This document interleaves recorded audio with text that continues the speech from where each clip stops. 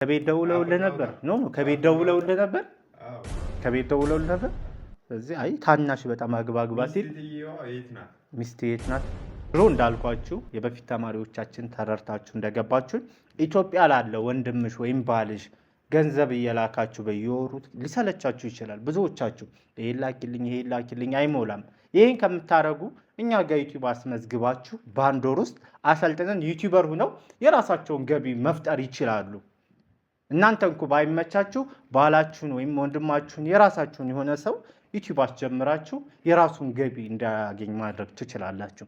ይህን እድል ሁላችሁም ተጠቀሙበት። ፍቅረኛ አለህ የለህም ይሄ አይባልም፣ ግን በቃ ይሄኛውን ከሆነ ግን በኋላ እመልስልሃለሁ። በኋላ ላይ ቀስ ብላ ረጋ አትልም? ሰላም ፍቅር ውድ ለልጅ ቶፊቅ ዩቲዩብ ቻናል ቤተሰቦች፣ እንደዚህ ብዬ የምጀምርልህ ነው። ሰላም ፍቅር ውድ ለልጅ ቶፊቅ ቤተሰቦች እንዴት ናችሁ? ሁላችሁንም በቅድሚያ ሰላም ብያለሁ። ኦኬ ካንተ ቤት ነው እንዴ? ከኔ ቤት ነው ያለው። ያ ውድ ያኗር ቤተሰቦች ያኑካ የታናሽ ወንድሜ የውድ ወንድሜ ቤተሰቦች እንዴት አላችሁ? ዛሬ በነገራችን ላይ ተገድጄ ነው የመጣሁት። ይሄ እንድታውቁልኝ እፈልጋለሁ።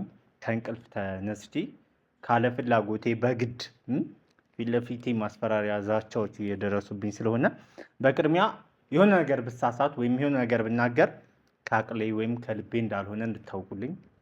ያው ስትደነግጡ የምታወሩት አለ አይደል? በዛ ምክንያት እንደሆነ ብቻ እንድትረዱልኝ ነው የምፈልገው። እዚህ ጋር ምን አይነት ይሁን ምንድን ይሁን የማላውቃቸው 5 ጥያቄዎች ሰው ከእንቅልፉ አስነስቶ እንዴት ካልመለስክ ይባላል ይባላል። ነውር አይደል? እስኪ ምከሩት። ታናናሾች ያውቅ ምንድን ናቸው? ቀበጥ ናቸው፣ ይቀብጣሉ የሚባለውን ነገር ከኔ ላይ ያሳየብኝ ነው። በነገራችን ላይ ሰብስክራይብ አድርጉት። በቃ ሌላ ምን ልሃል? ጎበዝ ሰብስክራይብ አድርጉት። አኗርን 5 ጥያቄዎች አቅርቦልኛል። ምን እንደሆነ አላውቅም፣ ላይ ምን እንደጻፋቸው የማውቀው ነገር የለም። እንዳልኳችሁት ልብስ እንኳን አልቀየርኩም። ገና ፊቴን ፀጉሬን ታጥቤ ቀጥታ ከእንቅልፌ ብድግ አድርጎ ቁጭ አደረገኝ። ስለዚህ እስኪ የመጀመሪያው ጥያቄ ስምህ ማን ይባላል? አኗር አሁን እንደዚህ አይነት ጥያቄ ይጠይቃል? አሳቅ እንደዚህ አይነት ጥያቄ ይጠይቃል? አሁን ስምህ ማን ይባላል? ወንድማችሁን ስምህ ማን ይባላል ተብሎ ይጠይቃል? ያው የጤነኛ ጥያቄ እና የመጀመሪያስ ቢሆን የእናትህን ልጅ ወንድምን ስምህ ማን ነው? ይሄ አይመለስም። አንተ ሾጥ ያደርጋል አይደል? ይሄን ከንስለነዋል። ለጊዜው ይሄንን አንመልስም። ስምህ ማን ነው? ታውቁታላችሁ። ቶፊቅ ምን ይሰራልሃል? የአባቴ ስም ቶፊቅ። ያው ልጅ ቶፊቅ ብላችሁ ስጠሩኝ ሰወዳችሁ። እድሜ ስንት ነው? አንተ እንደዚህ አይነት ጥያቄ ሌላ ሻል ያለ በሰል ያለ ጥያቄ አታወጣም? ኖ የኔ እድሜ ምን ይሰራልሃል? አሁን የኔ እድሜ ያው በ5 ዓመት ትበልጠኛል። ከቻለው በ5 ዓመት እበልጠዋለሁኝ። አሁን ስንት ነው? 25 ዓመት 25 ዓመቴ ነው። ምክንያቱም አኗር ስንት ነው? አንተ 20 አይደለ? እኔ 25 ነኝ። ይሄ አይካልም። ምክንያቱም 25 ምክንያቱም ወላሂ 25 ዓመቴ ነው። ይሄን ደግሞ እናንተ ታውቁታላችሁ። ምክንያቱም ኦልሞስት አሁን ዩቲዩብ ከከፈትን 6ኛ ዓመት ሊመጣን ነው። እናንተ ናችሁ ያሳደጋችሁ። ከድሮ ቪዲዮ ገብታችሁ ማየት ትችላላችሁ። የድሮ ቶፊቅ እና ያሁኑን ስለሚያውቁኝ 25 በቃ ምንም እንትን የሚባል ነገር የለም።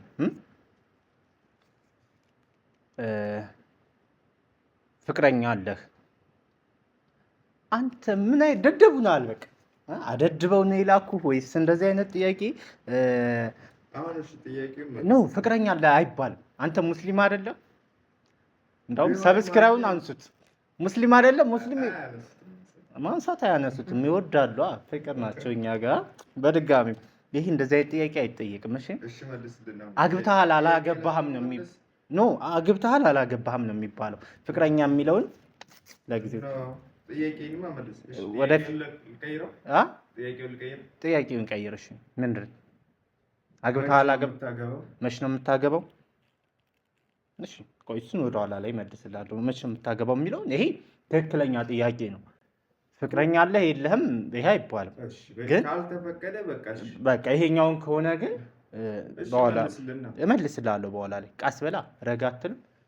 ከእንቅልፍ አስነስተህ ካለ ፍላጎት ዩቲዩብ አስገብተህ ይኸውን እኮ ያስጠይቃል በህግ። እሺ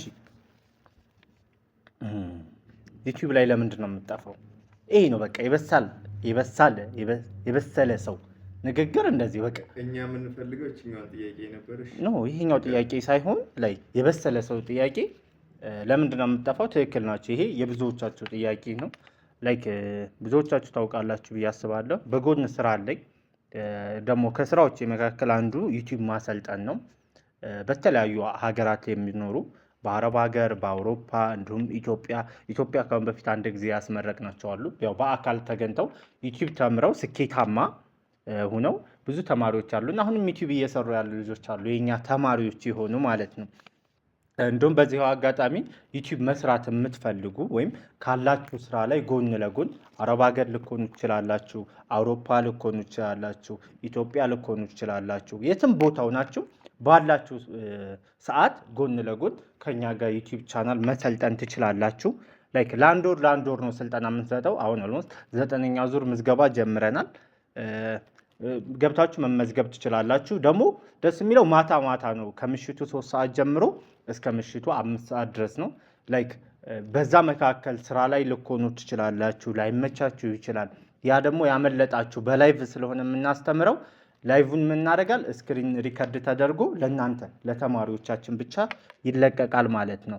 ባላችሁ ሰዓት አመቻችታችሁ ራሳችሁ ዩቲዩባችሁን ተምራችሁ ራሳችሁ ዩቲዩብ ከፍታችሁ ወደፊት ደግሞ እንደኛ ዩቲዩበር የምትሆኑበት አለ። በአሁኑ ሰዓት 100,000 200,000 300,000 400,000 ከዛም በላይ እስከ 1 ሚሊዮን እየተሰራ ነው በዩቲዩብ ማለት ነው በወር የማለው። ይሄ ማንኛውም ዩቲዩበር አይነግራችሁም። እስከ 1 ሚሊዮን ድረስ ይሰራል በወር ማለት ነው።